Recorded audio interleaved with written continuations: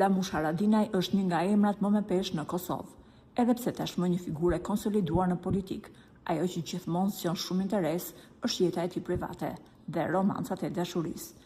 Ndryshe nga politikanët e tjerë, Ramushi nuk i fshihet të kaluarës dhe lidhjeve të tij të dashurisë para martesës. Madje ka guximin të tregojë edhe për lidhjet e dashurisë që ka patur para se të njihej me Anitën. Para se të martohej me Anitën, Ramushi ka qenë shumë i dashuruar me Joanën, një shtetase suedeze, me të cilën kanë bashkëtuar për disa vite.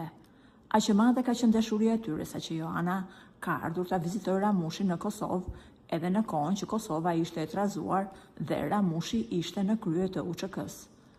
Ramushi e ka dashur aq shumë Joanën, saqë edhe pas ndarjes ai e ka ruajtur foton e tyre.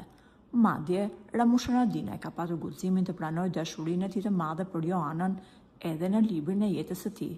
Madje, te ky libër, ai ka publikuar foto me ish të dashurën. Edhe pse kjo lidhje ka marrë fund dhe tashmë ish kryeministri ka një familje, ai asnjëherë nuk e ka fshehur të kaluarën e tij dhe çdo gjë që ka përjetuar në atë periudhë. Së fundmi mësohet se ishe dashura e Ramushit ka bërë një vizitë në Kosovë, pasi për herë të fundit ajo ka qenë në Kosovë para 25 vitesh.